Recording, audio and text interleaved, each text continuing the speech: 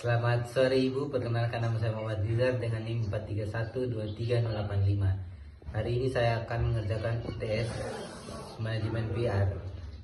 Nomor 1, jelaskan apa yang dimaksud dengan krisis communication dalam konteks public relation.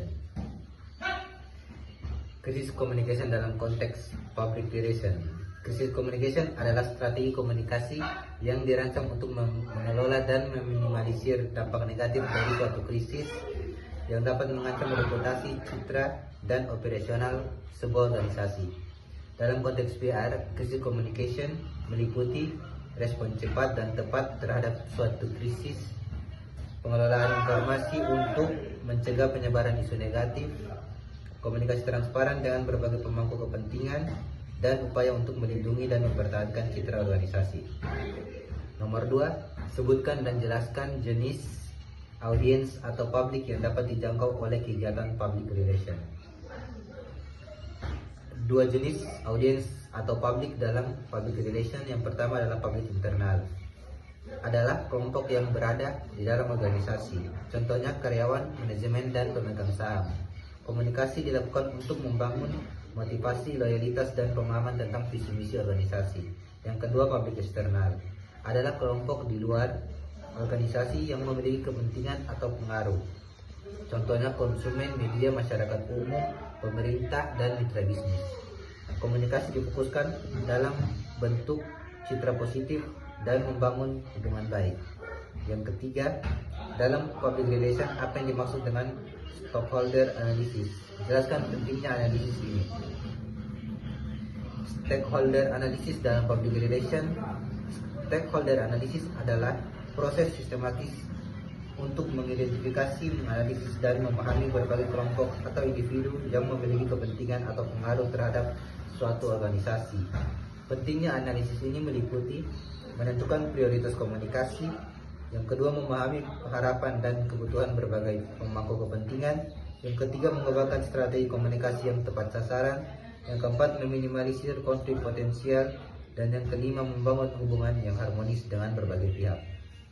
Yang keempat, analisislah peran public relation dalam manajemen krisis di sebuah perusahaan.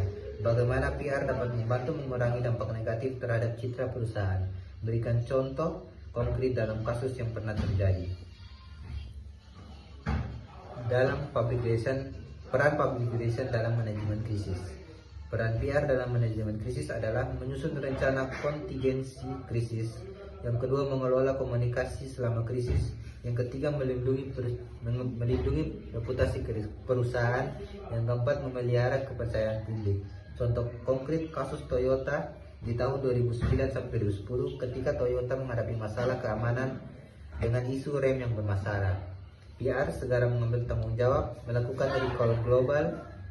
CEO Toyota secara langsung mengumumkan permintaan maaf. Yang keempat, memberikan transparansi penuh tentang perbaikan. Dan yang kelima, membuka saluran komunikasi dengan konsumen. Strategi PR membantu mengurangi dampak negatif dengan cepat tanggap, transparan, bertanggung jawab, dan fokus pada solusi. Yang kelima, Anda adalah seorang praktisi PR di sebuah perusahaan teknologi yang baru saja meluncurkan produk baru. Buatlah strategi PR yang efektif untuk memperkenalkan produk tersebut. Strategi PR untuk meluncurkan produk baru. Yang pertama adalah persiapan peluncuran. Dengan melakukan riset pasar mendalam, identifikasi keunikan produk, siapkan press kit komprehensif, dan bangun narasi yang menarik. Yang kedua, media relation. Undang media teknologi untuk preview eksklusif, gelar press conference, sediakan materi press release dengan detail lengkap, dan fasilitasi wawancara dengan tim pengembang produk. Yang ketiga, komunikasi digital. Gunakan media sosial baru. Buatlah strategi PR yang efektif untuk memperkenalkan produk tersebut. Strategi PR untuk meluncurkan produk baru. Yang pertama adalah persiapan peluncuran. Dengan melakukan riset pasar mendalam, identifikasi keunikan produk, siapkan press kit komprehensif, dan bangun narasi yang menarik. Yang kedua, media relation. Undang media teknologi untuk preview eksklusif, gelar press conference, Sediakan materi press release dengan detail lengkap dan fasilitasi wawancara dengan tim pengembang produk. Yang ketiga, komunikasi digital. Gunakan media sosial perusahaan, buat video demonstrasi produk, kembangkan hashtag khusus, lakukan live streaming peluncuran. Yang keempat, influencer marketing. Ajak influencer teknologi untuk review. Yang kedua, kirim unit produk untuk dicoba. Yang keempat, dorong mereka berbagi pengalaman. Yang kelima, komunikasi pasca peluncuran. Pantau respon publik. Yang kedua, tanggapi pertanyaan dan ulasan. Yang ketiga, siapkan dukungan pelanggan. Yang keempat, lakukan evaluasi berkelanjutan. Yang kelima, pengukuran keberhasilan. Yang pertama, analisis media coverage.